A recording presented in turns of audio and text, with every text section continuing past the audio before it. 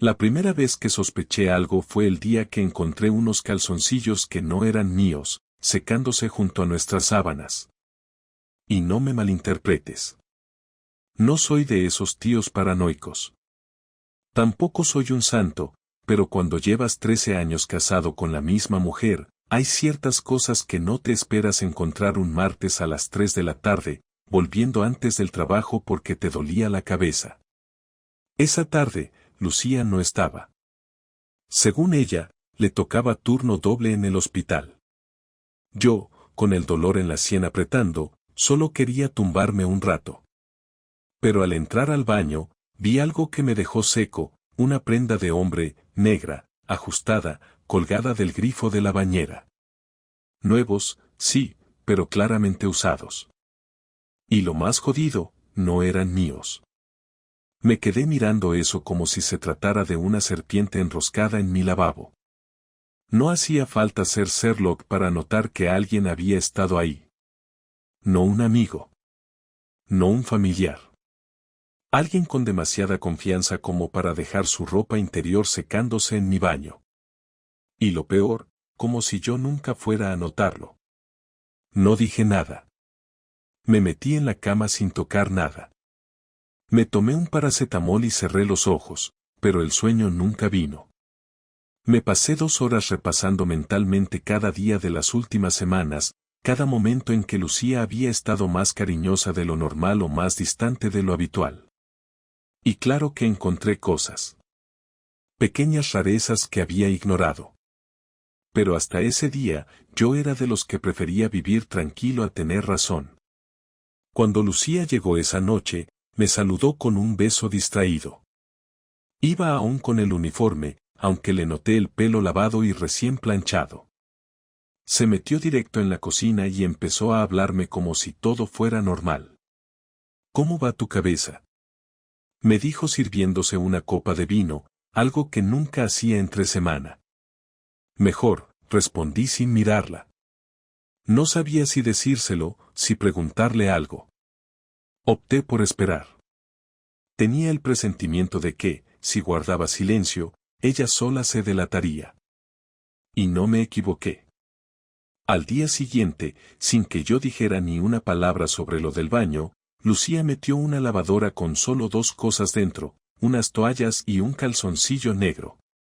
Como si no se pudiera esperar. Como si eso le quemara en las manos. Ahí supe que algo raro estaba pasando. Pero todavía no sabía el qué. Lo que sí decidí fue cambiar el enfoque. Si me iba a engañar, no iba a atraparla por una tontería como un mensaje de texto o un perfume extraño. No. Si ella quería jugar sucio, yo iba a jugar más sucio. En silencio. A mi manera. Durante los siguientes días, me convertí en otro hombre. Empecé a hacerme el despistado. Más cariñoso incluso. Le cocinaba, le preguntaba cómo estaba, fingía estar más metido en mis cosas. Mientras tanto, observaba todo. Las llaves que usaba, los horarios en los que salía de casa, los turnos que decía tener en el hospital. Comencé a notar pequeñas inconsistencias. Días en los que decía estar agotada pero volvía maquillada. Turnos de 12 horas que acababan antes de lo normal. Y una nueva manía de ducharse apenas entraba en casa. Un viernes, le dije que me tocaba inventario hasta tarde en el almacén. Mentira. Me fui directo a casa de mi primo Dani, que vive a 2 calles del hospital. Desde su balcón se ve una parte del parking. Pasé ahí 2 horas, con unos prismáticos que le pedí a mi tío, esperando verla salir. Salió a las 7 en punto. No sola. Caminaba al lado de un tipo más joven que ella, con el uniforme blanco también. Pero no era un compañero cualquiera. Se reían. Caminaban pegados. Y cuando llegaron al coche, se abrazaron. No un abrazo de colegas. Uno de esos que duran más de lo necesario, con las manos en la cintura. No hicieron nada escandaloso, pero no hacía falta. Vi lo suficiente. Cuando volví a casa esa noche, ella ya estaba ahí. Me recibió con una sonrisa de medio lado, como si nada pasara. Me preguntó si quería cenar, y le dije que sí. Me senté frente a ella, la miré a los ojos mientras comía su pasta, y solo pensaba en el momento en que ese cabrón la había tocado. No dije nada. Aún no. Ya no quería pruebas. Quería justicia. Y ahí empezó mi plan. Durante los días siguientes me moví como un actor dentro de mi propia casa. Me levantaba temprano, preparaba el desayuno, dejaba el café listo como siempre le gustaba a Lucía, caliente, con un chorrito de leche sin azúcar, y me aseguraba de no mostrar ni un solo signo de sospecha. Ella hablaba de sus turnos, de sus compañeras, de lo mucho que le estresaba la nueva jefa de planta, y yo asentía, hacía algún comentario neutral, alguna broma ligera. Me convertí en ese tipo de marido que no genera ningún tipo de sospecha, un tipo predecible, cómodo, que no hace preguntas incómodas ni husmea en los bolsillos ajenos. Lo hice para verla más relajada, para que soltara la guardia, para que pensara que lo tenía todo bajo control. Y funcionó. A los 3 días, ya no escondía tanto el móvil, ya no salía del baño con el pelo aún húmedo, ya no bajaba el volumen de sus llamadas cuando hablaba en el salón. A veces, mientras ella hablaba por teléfono en la habitación contigua, me quedaba parado tras la puerta, conteniendo la respiración, escuchando solo frases sueltas, sin un contexto claro, pero con un tono que lo decía todo. No era el tono que se usa con una amiga ni con una compañera, era un tono diferente, uno suave, con pausas incómodas, con sonrisas que se oían aunque no se vieran. Una tarde, le dije que me iba a quedar con los chicos del almacén a tomar unas cervezas, y en lugar de eso me quedé en el coche, aparcado frente a casa, con el motor apagado y el respaldo reclinado, observando la ventana del salón. No pasó nada durante más de 1 hora. Lucía seguía en casa, se asomó al balcón un par de veces, se sentó a leer, puso música. Y justo cuando estaba a punto de arrancar y marcharme, vi cómo se arreglaba. No para estar en casa, no como quien se pone cómoda. Se cambió la ropa de estar por casa por un vestido negro que le había comprado yo en un aniversario, se peinó el pelo con cuidado, se pintó los labios y se echó perfume. No era un acto casual. Era un ritual. Cuando salió del portal, la seguí a pie, manteniéndome a distancia. Caminó unas 6 manzanas hasta llegar a un bar discreto, sin terraza, con la luz tenue. Entró sin mirar atrás y no tardó ni 5 minutos en aparecer él. El mismo del hospital. El mismo que la abrazó en el parking. Se sentaron juntos, pidieron algo y comenzaron a hablar muy cerca, muy tranquilos, como si eso fuera lo habitual. Como si no estuvieran rompiendo nada. No les grabé. No les hice fotos. No me importaba tener pruebas. No estaba armando un caso. Estaba coleccionando certezas. Me quedé ahí, al otro lado de la acera, observando como un cliente más que no puede entrar porque el local está lleno. Me quedé hasta que ellos salieron y se separaron en la esquina. Él se fue caminando hacia la parada del autobús y ella tomó el camino de vuelta a casa. Yo llegué antes que ella, entré como si nada, me metí en la ducha para justificar mi ausencia, y cuando ella entró fingí que acababa de salir, mojado, envuelto en una toalla, con el mismo gesto de rutina de cualquier día. Me saludó con un beso rápido y se metió al baño. Me tumbé en la cama y escuché cómo se lavaba los dientes, cómo se quitaba el maquillaje, cómo se echaba crema en las piernas. Todo con la naturalidad de quien no tiene culpa o ya aprendió a no sentirla. Esa noche no dormí. Me pasé horas mirando el techo, repasando cada palabra que nos habíamos dicho en los últimos meses, cada gesto raro, cada salida que ella justificó con un es por trabajo o voy a ver a mi hermana, cada vez que yo estaba seguro de que la conocía y ahora me daba cuenta de que no tenía ni idea de quién era. No sabía si llorar, si gritar, si levantarla de la cama y decirle todo lo que había visto, pero no hice nada. Me quedé quieto, esperando el momento exacto. Y ese momento llegó más pronto de lo que esperaba. Un sábado por la tarde, mientras ella se preparaba para ir al supermercado, yo decidí seguirla. Me subí a mi coche 5 minutos después de que saliera y la seguí a distancia por las calles de Alcalá hasta que se desvió hacia Torrejón. No hay supermercados por esa zona. Lo que sí hay es un motel barato junto a la carretera, de esos con entrada individual por habitación y cortinas gruesas. Ahí entró. Aparcó el coche. Yo me detuve 2 calles antes, esperé unos minutos, y cuando vi entrar el coche de él, supe que todo había terminado. Me acerqué caminando hasta la entrada del motel, fingí que buscaba una dirección, y vi la habitación a la que él entró. Número 9. No cerraron la puerta de inmediato. Escuché risas. Escuché un te dije que él no sospecha nada. Y después, el sonido del pestillo. Volví a casa sin saber qué hacer. Me serví un whisky aunque no suelo beber por la tarde. Me senté en el sofá y empecé a escribir en una libreta vieja que tenía guardada en el cajón. No era un plan. No era una confesión. Era una forma de no romperme por dentro. Escribí lo que vi, lo que oí, lo que sentí. Puse todo ahí para no tener que repetirlo en mi cabeza una y otra vez. Y cuando terminé, arranqué la hoja, la doblé y la guardé en mi bolsillo. Cuando Lucía volvió a casa 3 horas después, traía una bolsa con pan, leche, algunas frutas y un par de cosas más. Había hecho la compra, sí. Pero ya daba igual. Me miró, me sonrió, me preguntó si quería cenar. Le dije que no. Me acosté temprano. Al día siguiente, me levanté antes que ella, preparé el desayuno como siempre, dejé la cafetera encendida y salí a caminar.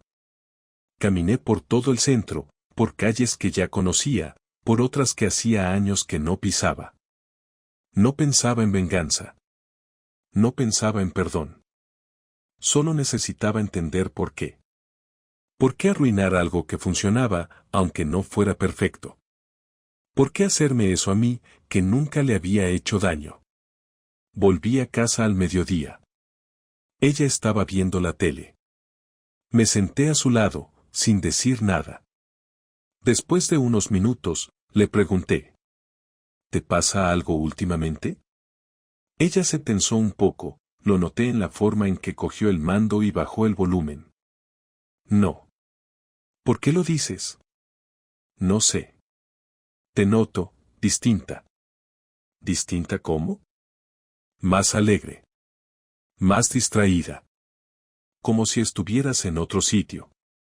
Tardó unos segundos en responder. Me miró, sonrió con un poco de nerviosismo y dijo: ¿será que necesito vacaciones? Asentí.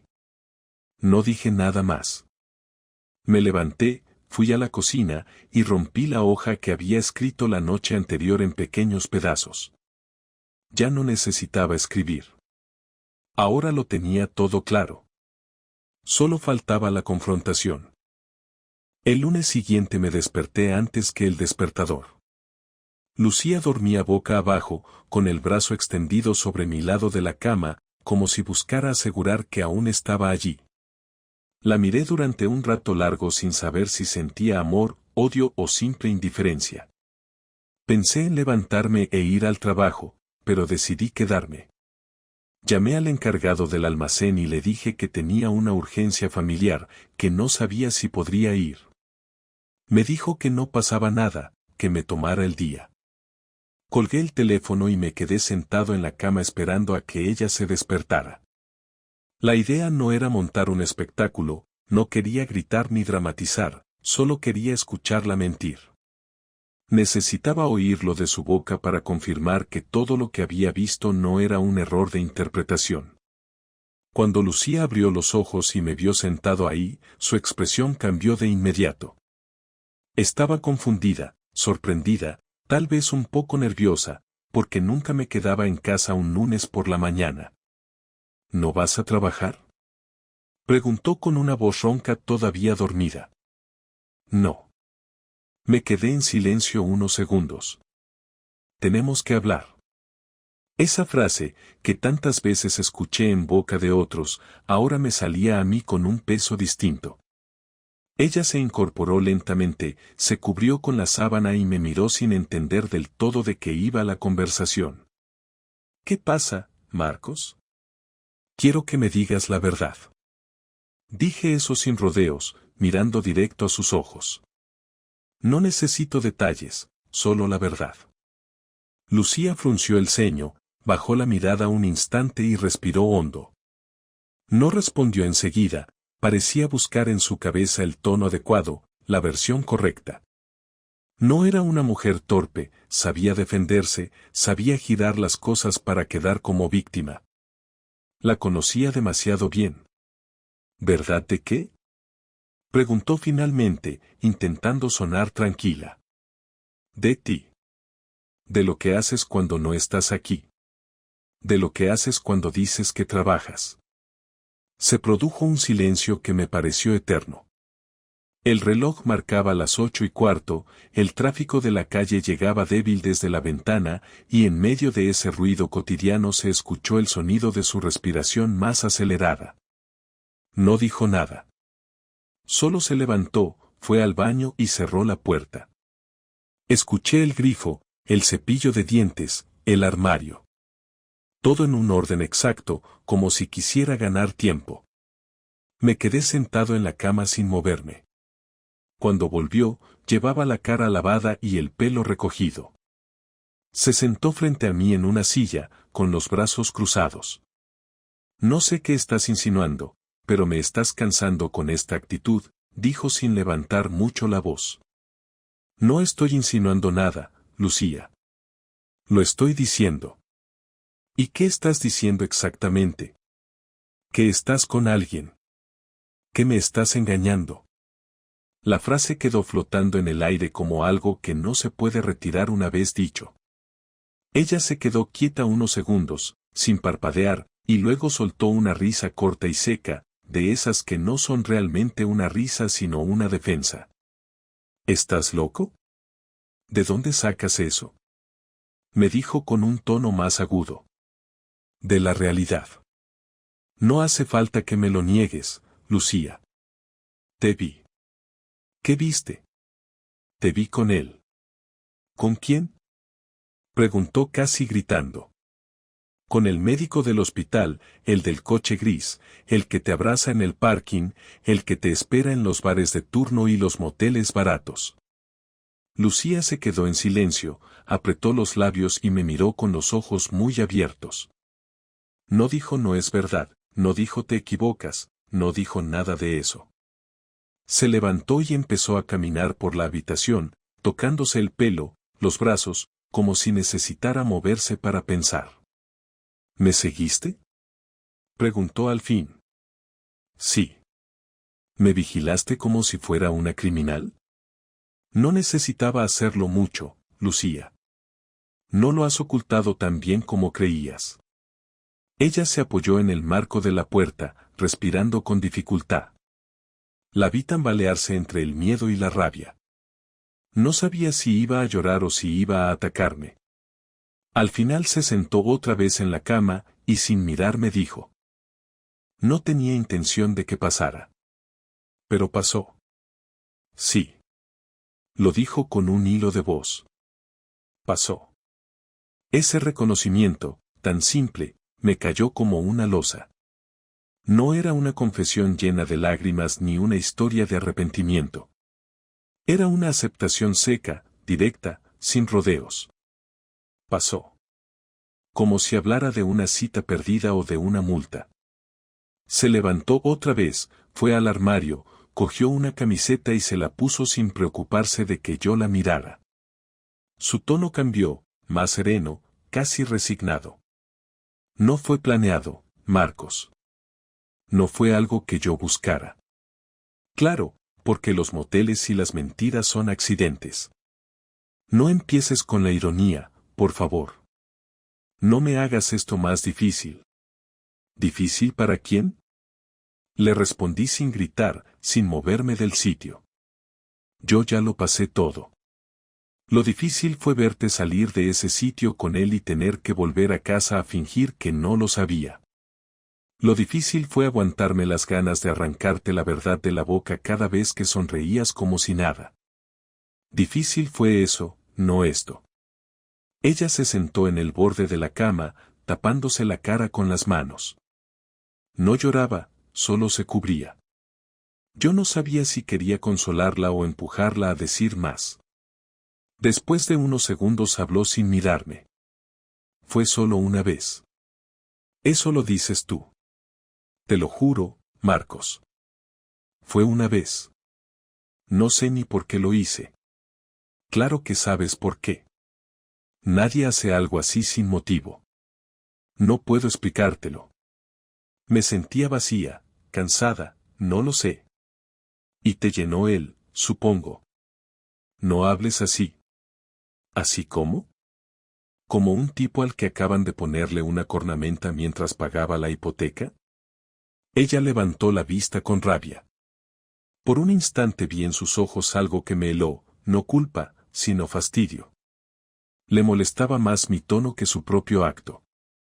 Se levantó y empezó a recoger ropa del suelo como si esa conversación ya hubiera terminado. Yo seguí sentado, observando cómo doblaba las prendas, cómo las metía en el cesto de la ropa sucia, cómo evitaba mirarme. No sabía si detenerla o dejarla ir. Al final lo hice. ¿Lo sigues viendo?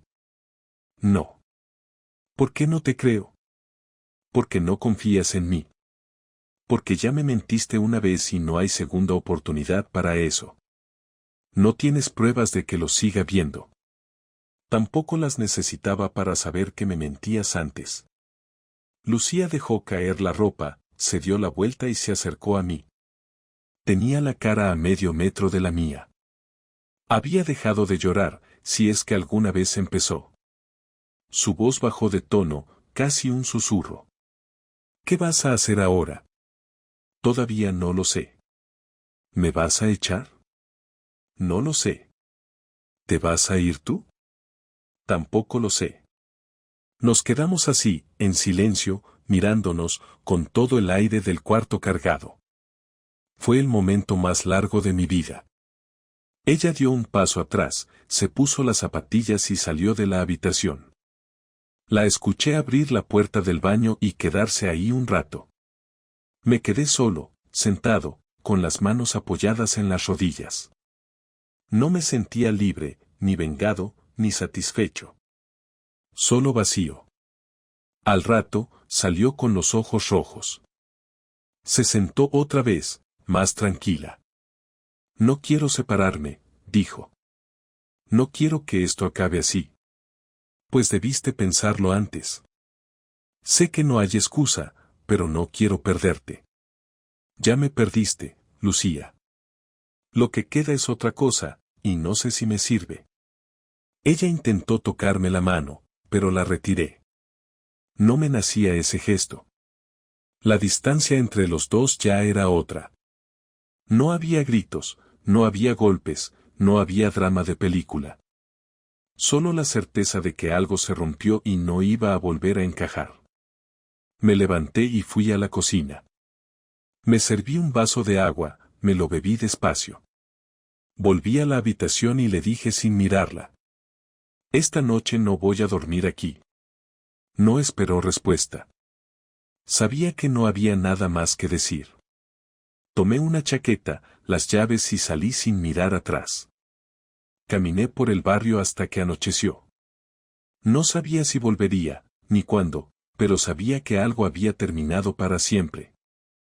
No había prisa para actuar porque la prisa a veces convierte las buenas ideas en desastre, así que durante los primeros días después de dormir en casa de mi hermano me dediqué a pensar con calma, a ordenar lo que sentía y a diseñar una respuesta que no fuera un berrinche ni un escándalo improvisado, sino algo concreto, tangible y con efecto real. En mi cabeza se alternaban la rabia y la vergüenza, y entendí que lo que más necesitaba no era hacerle daño por hacerle daño sino recuperar el control. de mi vida y asegurarme de que, en caso de que ella quisiera seguir con su elección, las consecuencias de esa elección fueran claras y no me arrastraran a mí como si yo fuera un accesorio prescindible en su historia. Así que lo primero fue proteger las piezas prácticas de nuestra vida en común. Revisé las cuentas bancarias. Pedí a mi abogado que hiciera una comprobación de estado sobre asuntos administrativos sin meter prisa ni generar alarma, y, con la fría distancia que me da la racionalidad. Cuando el dolor se asienta, recogí evidencia que no dependiera de mi memoria sino de hechos verificables. No se trataba de fotografiar en la cama o colocar cámaras dentro de la casa porque eso hubiera sido mezquino y legalmente peligroso, sino de documentar horarios, facturas, testimonios de terceros que ya sabían lo que pasaba, registros de entradas y salidas, y pequeñas cosas que revelaban una doble vida sin necesidad de violar la intimidad de nadie más que la que ella misma había decidido revelar con sus actos. En ese proceso se me abrió una ventana inesperada cuando hablé con Marta, la hermana de Lucía, fingiendo normalidad para no levantar sospechas, y ella, sin saber que yo ya sospechaba, me dijo de forma descuidada que había visto a Lucía salir varias veces con quien, según ella, era un compañero del hospital y que le había parecido extraño que llegara a casa tan temprano y luego se marchara otra vez pasada la noche. Fue una conversación que yo convertí en oro porque me permitió tener un nombre en boca de alguien de su círculo sin que ella lo supiera, y con ese nombre empecé a atar cabos. Llamé a un viejo amigo que trabajaba en seguridad privada y le pedí que, sin hacer nada ilegal, buscara información de acceso público y testimonios que corroboraran los movimientos del hombre en cuestión. Mi amigo realizó un trabajo seco, sin dramatismos, preguntando en el barrio, en el bar donde los había visto y entre personal sanitario que conocía la zona, y en pocos días me entregó un sobre con notas, fechas y un par de testigos dispuestos a hablar si la cosa llegaba a juicio. Esa documentación fue el esqueleto de lo que después transformé en estrategia, porque yo ya tenía bastante con el dolor y no quería añadir a mi vida la incertidumbre de no saber si me estaban tomando por tonto o si, por el contrario, había una salida honrosa para lo nuestro. Paralelamente, decidí cortar las pequeñas comodidades que facilitaban la traición sin hacer ruido. Cambié las claves compartidas de algunas cuentas domésticas que usaba para pagos conjuntos y transferí a plazo fijo una cantidad que consideré prudente para asegurar el futuro de Martina en caso de que tuviera que asumir gastos adicionales. Lo hice con la mesura de quien no quiere dejarle a la otra persona la excusa de acusarte de robar cuando lo único que hacía era asegurar lo que era de la familia. También tomé la decisión de hablar con mi jefe con honestidad medida para explicar que necesitaba unos días para asuntos personales, no para inventar excusas, y así poder organizar mi tiempo sin que nadie pusiera en duda mi profesionalidad, y cuando por fin sentí que tenía la suficiente claridad, di el siguiente paso, que no fue espectacular ni dramático sino eficaz. Redacté una carta dirigida a sus padres y a su hermana, con un tono frío, corto y sin rencor gratuito, explicando que había pruebas de una relación extramatrimonial y ofreciendo la posibilidad de hablar en persona antes de que yo me viera obligado a tomar medidas legales o a exponer los hechos en el entorno común. No quería humillarla, buscaba una consecuencia social que la hiciera medir sus actos, que la obligara a enfrentarse a la gente que supuestamente la conocía y la quería. Lo que hice después fue poner copias de la documentación que había reunido en sobres discretos y enviarlas por mensajería certificada a direcciones elegidas con cuidado, incluyendo a su jefe en el hospital y al Departamento de Recursos Humanos, porque entendía que estaba cruzando una línea moral y profesional que no podía quedar impune si ella misma había decidido jugar con la fidelidad y con la confianza que nuestra familia depositó en ella. Cuando los sobres empezaron a llegar, vi los efectos en cadena que esperaba. Su madre me llamó con la voz rota preguntando si era cierto lo que había recibido. Su jefe la convocó para una conversación y el nombre del hombre apareció en el despacho de recursos humanos con un asunto que no dejaba lugar a dudas, y sin entrar a desgranar escenas sórdidas. La reacción de Lucía fue una mezcla de ira y miedo, y en ese preciso instante supe que la venganza había sido efectiva en su objetivo primario. Porque había conseguido que la mujer que me había engañado tuviera que afrontar consecuencias reales, no solo mis recriminaciones. No busqué destruir su carrera ni exponer detalles íntimos en público, pero sí quise que su entorno supiera que había habido una elección, que esa elección no era inofensiva y que sus excusas posteriores no borrarían los hechos documentados. Además, puse en manos de mi abogado una copia de todo lo recolectado por si en un futuro necesitábamos sustentar una demanda o una reclamación por daños morales, no con la intención de pelear por venganza monetaria sino para que quedara constancia formal de lo ocurrido y para proteger la estabilidad de Martina. En paralelo a esas acciones externas, hubo cosas pequeñas que hice dentro de la casa y que tuvieron un impacto concreto. Organicé una mudanza gradual sacando de la casa objetos que eran míos o que podían ayudarme a no volver a depender de un espacio en el que me sentía traicionado. Dejé en la vivienda solo lo imprescindible para que Lucía tuviera tiempo de reaccionar y tomar decisiones sin ponerla en la calle de un día para otro, y en algún momento, con la cabeza fría, confronté la parte más amarga de la situación. Hablé con Martina de forma adaptada a su edad, sin entrar en detalles innecesarios, con la verdad necesaria para que no inventara historias ni sufriera por lo que no debía saber. Y me organicé para que su vida tuviera normalidad y afecto, porque la única venganza que valía la pena era que esa niña no pagara por los errores de sus padres y que mi respuesta no destruyera lo que aún podía salvarse para su bienestar. Fue duro. No había escenas de película ni gestos épicos. Solo decisiones concretas, llamadas, papeles, explicaciones y, por mi parte, un propósito claro, no ser la víctima que se queda llorando en un sofá, ni el verdugo que busca humillar de manera irreparable, sino alguien que recupera su dignidad, establece límites y hace que la otra persona, si decide seguir adelante con su elección, lo haga sabiendo que las consecuencias existen y que tendrá que vivir con ellas. Cuando terminé todo ese engranaje, no sentí la victoria que imaginaba en un primer momento. Sentí alivio por haber transformado el caos en una serie de pasos medidos y sentí tristeza por lo que se había perdido. Y también una especie de respeto agrio hacia mí mismo por haber actuado con la cabeza en vez del corazón roto. Sabía que ahora vendrían reacciones imprevistas, llamadas, reproches, quizá intentos de manipulación y lágrimas extemporáneas, y estaba preparado para todo eso porque mi objetivo no era castigar por placer sino construir un escenario donde la responsabilidad de los actos fuera clara y donde yo, pase lo que pase, no quedara relegado a la condición de indefenso, y esa fue mi venganza, devolver la decisión a la persona que la tomó y reclamar para mí la posibilidad de elegir hacia dónde seguir caminando sin que la traición de otro me aplastara. Pasaron 3 días desde que los sobres llegaron a sus destinatarios hasta que recibí la primera llamada directa de Lucía. No era una llamada como las que hacía antes para avisar que iba tarde o preguntar si había comprado pan. Me llamó a las 9 de la noche, sabiendo que a esa hora estaba en casa, y sin rodeos dijo que quería hablar conmigo en persona. Su tono no era amable ni conciliador. Tampoco sonaba como alguien con rabia o miedo. Sonaba cansada, como si supiera que no tenía mucho margen para elegir cómo se daban las cosas a partir de ahora. Le dije que podía venir esa noche si quería, que yo no iba a moverme del sofá. No le pregunté nada más, ni cómo estaba, ni qué quería decirme. Colgué y esperé.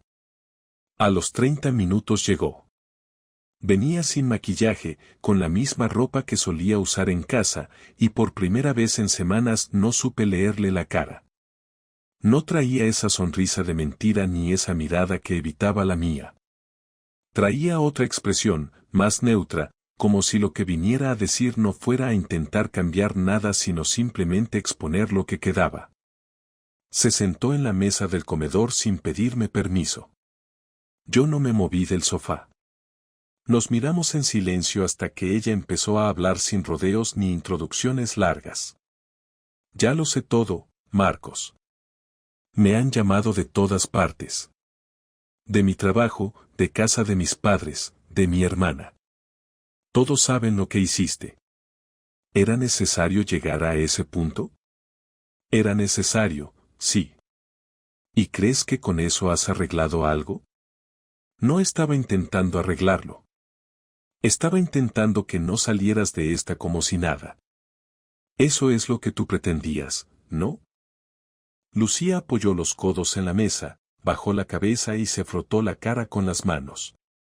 Me di cuenta de que ni siquiera intentaba justificarse ya. No me miró mientras decía lo siguiente. Nunca pensé que fueras capaz de algo así. Pensé que harías una escena, que gritarías, que me echarías de casa. Pero esto ha sido otra cosa. Eso fue exactamente lo que necesitaba hacer. No te servía que te gritara. No ibas a cambiar. Tú querías seguir como si nada. Me mentías a la cara. Yo lo acepté demasiado tiempo. Ahora te tocaba sentir lo mismo. Ella asintió lentamente. No protestó. No se defendió. Solo levantó la vista y cambió el tono. No era un tono derrotado. Era más bien resignado. He perdido mi puesto en la planta. No me han despedido, pero me han reubicado. Él está en otro hospital ahora. Le ofrecieron cambiarse o afrontar una investigación interna. Eligió irse. Lo nuestro terminó antes de que hicieras todo esto. Pero supongo que ya no importa. No, no importa. Lo que importa es qué pasó. No lo olvides. ¿Y ahora qué vas a hacer? ¿Vas a pedir el divorcio? ¿Vas a quedarte con Martina? ¿Me vas a quitar todo? No he decidido nada todavía. Estoy pensando en lo que es mejor para ella. No para ti. Ni para mí. Para ella. Lucía se levantó, empezó a caminar por la casa como si le costara estarse quieta. Miraba las paredes, los cuadros, los estantes, como si estuviera en casa de otra persona. Finalmente volvió a sentarse y me miró fijamente. Yo no quería perderlo todo, Marcos. Solo quería sentir algo. Y no supe cómo pedirlo sin romper esto. Eso ya lo hiciste tú sola. Lo rompiste. No te preocupaste por si lo que hacías tenía vuelta atrás. Ahora que lo sabes, es tarde para hablar de lo que no querías. Tienes razón. Pero yo todavía estoy aquí. Y si me dejas, quiero que hablemos, aunque sea una última vez como adultos. Quiero explicarte cosas. Aunque no te importen. No contesté. La dejé hablar. Y habló durante casi una hora. Me contó que la relación con él había empezado como una especie de escape, que al principio no fue física, que hablaban del trabajo, de la rutina, de lo que les faltaba. Que ella se sentía invisible, usada por el hospital, usada por la casa, usada por mí. Que un día se cruzaron fuera del hospital y terminaron tomando un café, y que desde ahí la cosa creció sola. Me dijo que no fue amor, que no fue sexo por necesidad, que no fue venganza. Que simplemente fue un agujero al que se lanzó para no sentir que su vida se había convertido en una sucesión de días iguales. Que conmigo ya no hablaba, que no sabía cómo acercarse otra vez, que se sintió menos madre, menos mujer, menos persona, y que él supo decirle justo lo que necesitaba para volver a sentirse alguien. Mientras hablaba, yo no interrumpía. No asentía, no negaba. Solo la miraba. No porque me conmoviera, sino porque quería entender cómo se justificaba ella frente a sí misma. No era por mí. Era por ella. Cuando terminó, hubo un silencio largo. No quedaba mucho que decir. Me levanté, fui a la cocina, llené un vaso de agua y lo bebí de golpe. Volví al salón y le dije lo que había estado pensando desde antes de que llegara. No voy a perdonarte. Pero tampoco voy a arruinarte la vida. No quiero venganza.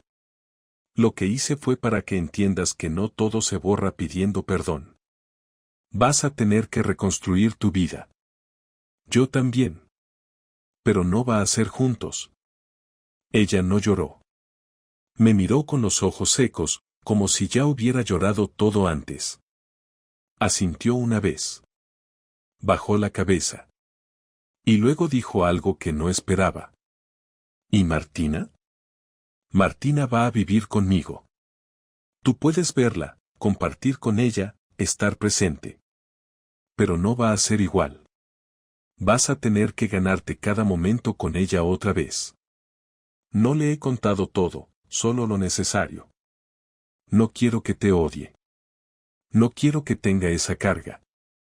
Pero tampoco voy a mentirle. Está bien. Lo entiendo. No lo entiendes todavía, pero lo vas a entender. Lucía se levantó, caminó hacia la puerta, pero se detuvo antes de salir.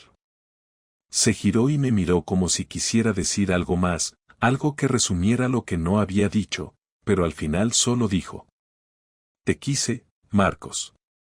De verdad. Ojalá te hubieras dado cuenta antes de hacer lo que hiciste. Y se fue. Cerró la puerta con cuidado. No hubo portazo. No hubo despedida dramática. Solo un clic suave. Y después, silencio. Me senté otra vez en el sofá. Respiré hondo. Miré el reloj. Eran las 11:15. La noche seguía. Y yo ya no estaba casado. No legalmente, pero sí en la práctica. Sabía que iba a costar.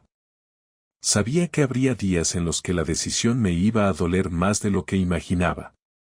Pero por primera vez en mucho tiempo, sentí que estaba viviendo algo verdadero, sin disfraces, sin sonrisas forzadas, sin mentiras escondidas detrás de una rutina cómoda. Solo quedaba lo real. Después de aquella noche en la que Lucía se fue sin gritar, sin llorar, sin intentar negociar una vuelta, los días empezaron a pasar con una mezcla extraña de calma y cansancio. No era una calma agradable ni un cansancio físico. Era esa sensación de no tener que fingir más, de no compartir espacio con alguien que te miente, pero al mismo tiempo tener que aprender desde cero a convivir con la soledad que antes se llenaba con la costumbre. Durante las primeras semanas mantuve una rutina estricta, no porque me ayudara emocionalmente, sino porque sabía que si me dejaba llevar por la improvisación, acabaría quedándome tirado en el sofá mirando el techo. Me levantaba temprano, hacía el desayuno, organizaba las cosas de Martina, la llevaba al colegio y luego iba al trabajo como si nada en mi vida hubiera cambiado. No le conté a nadie en el almacén más de lo necesario. Solo que nos habíamos separado y que estaba adaptándome. No quería explicaciones. No quería consejos. Ni siquiera quería comprensión. Solo necesitaba que el mundo siguiera girando a su ritmo sin meterme prisa. Con Lucía los primeros días fueron fríos, secos, puramente funcionales. Me escribía para preguntar por horarios, por cosas de Martina, por si podía verla el fin de semana. Yo contestaba con monosílabos o frases cortas, sin tono, sin amabilidad, pero sin rabia. Cuando venía a buscar a la niña o a dejarla, nos saludábamos sin mirarnos demasiado. Martina no preguntaba más de lo que podía asumir, y aunque a veces tenía momentos de silencio que antes no tenía, parecía entender que papá y mamá ya no vivían juntos, pero que ella seguía siendo lo más importante. Nunca intenté que se pusiera de mi lado. No le llené la cabeza con lo que su madre había hecho. Sabía que en algún momento, con el tiempo y la edad, si ella quería saber más, tendría que explicarle la verdad sin disfrazarla. Pero por ahora, lo mejor era darle estabilidad y afecto, sin convertir la separación en una guerra. Un día, al mes y medio de la última conversación con Lucía, me llamó mi madre para decirme que había visto a Lucía por el centro con su hermana. Me dijo que le pareció apagada, más delgada, como si estuviera pasando un mal momento. Le dije que era normal, que ahora tenía que enfrentarse a una vida que no esperaba vivir. No lo dije con alegría ni con rencor. Lo dije como quien constata un hecho. Yo ya no esperaba nada de ella. Ni disculpas nuevas, ni gestos de redención, ni explicaciones. Acepté que no me debía nada más. Todo lo que podía hacer era mantener la distancia y reconstruir lo que me quedaba. Y eso incluía reconstruirme a mí. Empecé a salir más con los pocos amigos que todavía quedaban después de los años de encierro matrimonial. No era fácil. Algunos estaban casados, con niños, otros se habían alejado porque, con el tiempo, la vida te pone en caminos diferentes. Pero hubo un par de personas que no preguntaron demasiado, solo me invitaron a una cerveza, me contaron sus cosas, y me dieron espacio para respirar sin sentir que estaba dando explicaciones. Esos momentos, aunque breves, fueron esenciales. Me recordaron que yo existía más allá de ser marido y padre. Que podía volver a ser simplemente Marcos, sin etiquetas, sin responsabilidades que me tragaran entero. No buscaba rehacer mi vida con otra persona, ni llenar el hueco que Lucía dejó. Solo necesitaba espacio para pensar, para descansar de todo lo que venía cargando desde hacía años y que, aunque no lo decía en voz alta, me estaba comiendo por dentro mucho antes de que ella me engañara. Una tarde, después de dejar a Martina con su madre, volví a casa y me encontré con un sobre en el buzón. Era una carta manuscrita de Lucía. Pensé en tirarla, en dejarla sin abrir, en no darle el privilegio de ocuparme ni un minuto más. Pero la abrí. No era larga. Decía que estaba yendo a terapia, que no buscaba excusas, que había empezado a entender cosas que antes se negaba a ver. Me agradecía no haber usado a Martina como arma y me decía que, si algún día yo quería hablar, no para volver ni para arreglar nada, sino para entender lo que pasó sin rabia, ella estaría dispuesta. No le contesté. No porque me pareciera una mala carta. En realidad, era lo más honesto que había hecho en meses. No le contesté porque no necesitaba más palabras. Ya lo entendía todo. Con el tiempo, la casa dejó de oler a ella. Sus cosas desaparecieron poco a poco. Algunas se las llevó, otras las guardé en una caja que le entregué sin ceremonias. Me quedé con los muebles, con los platos, con las fotos de Martina, y con el silencio de no tener que escuchar mentiras. Empecé a dormir mejor, a comer mejor, incluso a hacer cosas que había dejado años atrás, como leer por la noche o salir a correr temprano. Lo hacía sin pensar en ella, sin querer demostrar nada. Lo hacía porque me tocaba vivir, porque si no llenaba los días con algo real, iba a volver a convertirme en un tipo que solo sobrevive. Un día, en la puerta del colegio, me crucé con una madre de otro niño que me preguntó si seguía casado.